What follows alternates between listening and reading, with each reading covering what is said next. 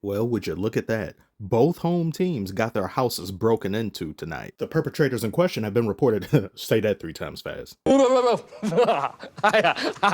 Both perps forced their way in with the homeowners still inside. A struggle took place in both houses. It looked as though the perpetrators were in over their heads. However, the both of them managed to get away with what they came for. From one house was taken dignity, the other common sense. Let's first talk about the house that lost their common sense. Die, you motherfucker!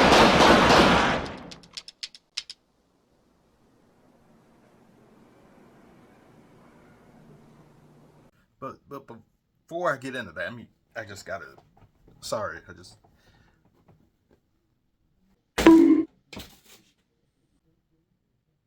Oh, one more. Wait. Oh my God. For real. Hell no! Trash ass nigga! Look, I just don't. Skip! You know, I was making them just over the whole regular season. I could get closer, but I just gotta make. When I make the one, I'll lay off. That right there made me the greatest player of all time. Okay, 53 more. Enough! These Boston Bricks attempted 63 pointers. That's not even the craziest stat here, ladies and gentlemen. In the third quarter, the Celtics attempted 20 field goals. Testing. And 19 of them were 3-pointers. Insanity is doing the exact same fucking thing over and over again, expecting shit to change. That is crazy. It was almost like I had to sort of fool my mind into believing that it wasn't retarded. Here's the ball, Jalen. Make something happen. I want to shoot a 3, but Cat isn't letting me. Okay, I'll try for a 2. 1, 2, buckle my shoe. Ha! Ah, gosh darn it, Celtics and crackers. I'll never shoot another 2 again as long as I live. Help set me up for a 3. When I used to work a normal job, I asked to be scheduled from hours 3 a.m. to 3 p.m. There's only 3 letters in the alphabet, and I have 3 hairs on my head. Golly gosh darn, I forgot to count to 3 before shooting the 3. Hey guys, know what I'm thinking? It rhymes with eat quarters. 3-pointer! Wow, how'd you know? You guys know me so well. Here, I got this one. Oh, no, I don't have it. But I got it. What I'm about to do hasn't been seen for a whole 3 seconds. Huh! Time out, time the hell out. This is unacceptable. Y'all ain't shooting enough 3-pointers. I knew it. That's what I've been trying to tell y'all. It's off to Brown. Bridges there. I didn't give it to him. He took it. Whoa. What? No, he took it? He just took it? No, you did not just let Mikhail build a bridge to you and take your purse. He threw that ball with malice. Tired of shooting them 3s. Please! This is what I think of your 3s. That shit stink. Straight up mugged him on national television. Jason and Jalen, you two are looking mighty unfamiliar. And look how they do it, Jason! Jason! Is that Pete Tatum? 7 of 23 from field goal range and 4 of 15 from 3. Baby oil stats if I've ever seen them. And in both the fourth quarter and overtime, he had only 1 bucket scored. He was 1 of 9. Is playoff Jason a thing? Nah, playoff Jason is not a thing. With the Knicks pulled off against the Celtics in this game, it reminded me heavily of how the Pacers withstood that barrage of gut punches the Cavaliers gave them. They refused to lie down. They kept sticking with it, and they continued to chip away the lead while the Celtics were busy testing Newton's first law.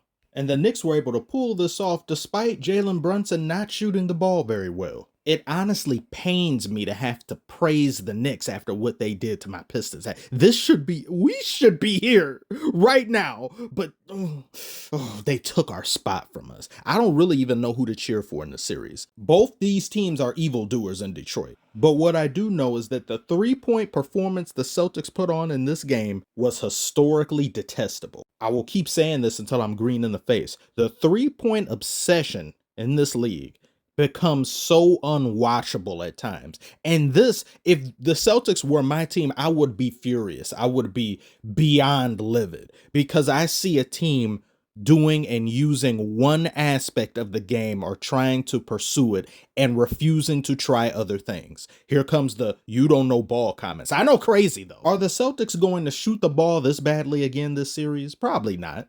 But are they going to prioritize the three over literally every aspect of the game? Yes. And I believe that is a big weakness for them. What may also be a cause of concern for the Celtics is Porzingis' absence, but he's a limited time only player. You get him for 10 to 15 minutes, just be glad you got him, period. He's out with an illness or something. I don't know. I do hope he's better, but you can bet on the Knicks exposing that. And as the Celtics try to set these threes up, I see them draining the shot clock. In all these other instances where they get the ball and they could do something, any myriad of things to create a conversion of some sort, and they do nothing. They just go for this same thing over and over. It's very predictable and it's not entertaining to watch. Those were my main complaints when I was looking at the Warriors over here insisting upon 3-pointers, and this is 10,000 times worse than that was. Boston blockheads. Let me use my grandmother again as an example. As she saw them missing 3-point attempt after 3-point attempt, she asked, why can't they do something else? Why don't they try to do this? Why don't they try to do that?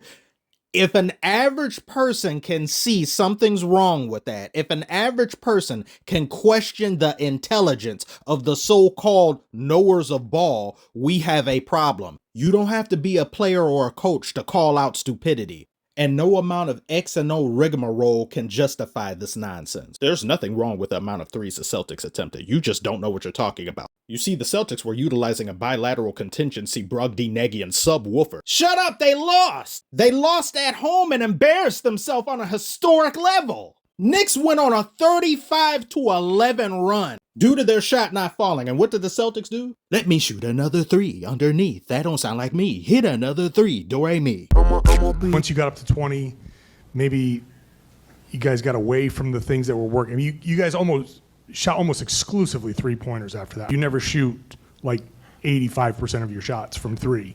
Were you guys going for like a knockout punch? Was there a feeling on the floor like of anything like that? To be honest, I'm not sure. We may be forced to issue, and maybe some truth to that. We got to look at the film and see kind of what happened in that. Grabs it. 7 seconds left. Westbrook. 5 seconds. They're down by 1. Gordon got it. Aaron Gordon with a deep shot. That nigga had me scared. Please tell me I wasn't alone in feeling that. I started to tense up. I damn near convulsed. I was mass producing sweat, and I'm not even on the court. Aaron Gordon went from doing something that would have cost the Nuggets the game to winning them the game. That was a cinema shot to end a box office game. If people had seen something like this in a movie theater, they would have came out the theater saying it was corny. Aaron Gordon, in my opinion, is such an underrated addition to this Nuggets team. And when he comes through for the Nuggets, he comes through in such an important way. I've seen him playoff to playoff do some really great things defensively, as well as hitting timely shots and picking apart and applying pressure to the opponent's defense. There were a lot of P's in that. Damn it, now I'm hungry. Bad news for me, though, because Jokic ate the entire buffet. How do you talk about Jokic without glazing him? That's just an impossible challenge. The numbers he put up in this game? 42 points with 22 rebounds. He had 2 blocks as well as a steal. He did turn the ball over too much, though. But I think a lot of people afford the primary ball handler of a team more in the way of slack when it comes to turnovers. If you got like 3 or 4 turnovers, people just expect that. You don't hear too much about it. Now, if they came in the worst time of the game, that's going to definitely be an issue.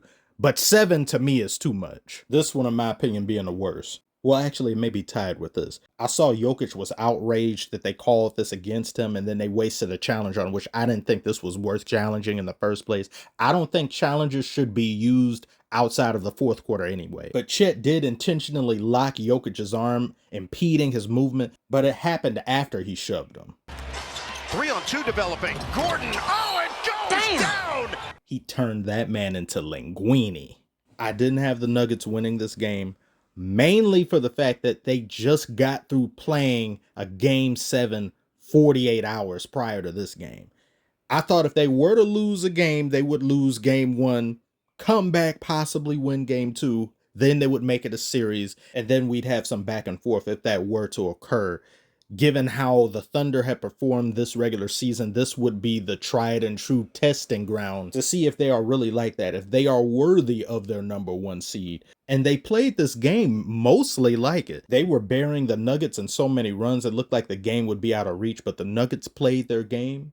They're one of the most resilient teams in the league, and having the best player in the world on your team definitely helps things.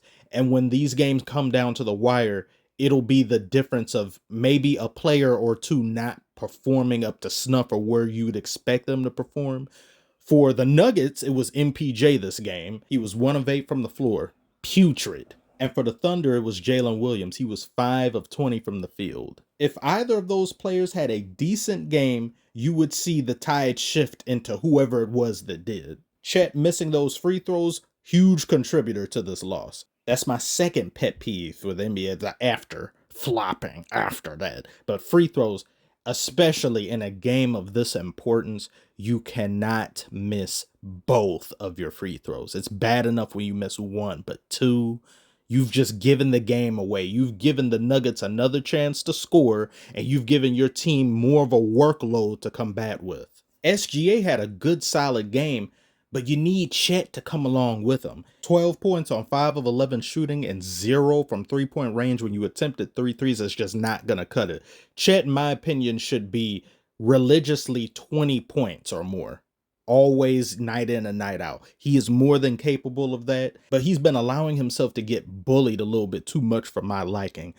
But I don't know if that's something that he can really fix, because given his build and how lanky he is, I don't know. This is only one game, mind you, but I'm never going to undervalue and understate a team coming into the home team's arena and stealing game 1. That's just not supposed to happen. Thunder are brilliant defensively, Caruso, as well as Lou Dort, but defending Jokic in a 7-game series is far easier said than done, because he can hurt you without having the ball in his hands. This is giving me a sneaking suspicion this could somewhat resemble the Warriors and Rockets series, where you saw the most experienced players in the playoffs shown through as opposed to the rest of the team. And I believe that's something the Nuggets can exploit with the Thunder, as well as really lean on the Murray and Jokic 2-man game, as the Thunder themselves don't have something comparable to that with SGA and Chet Holmgren, at least not yet, in my opinion. I also want to throw in the fact that I very much love how the Thunder fans and Pacers fans all wear the same colors. It makes you feel the importance of the moment in which we're looking at in these playoffs. Whereas these other teams, and it's like, what happened to the playoff or the playoffs logo being on the court, the matching colors, the ambiance, the gravitas? We need that. It really elevates the playoff experience. With how these first 2 games went, we may be in store for even better food in the second round, all across the board. Every series remaining is can't miss, and I can't wait to see how they play out. Tell me, what did you think of these 2 games, this double back-to-back box office night that we had, and who do you have winning these series? Comment below, let me know. Like and subscribe if you are new. As always, thank you for watching, and I will see you on the next one.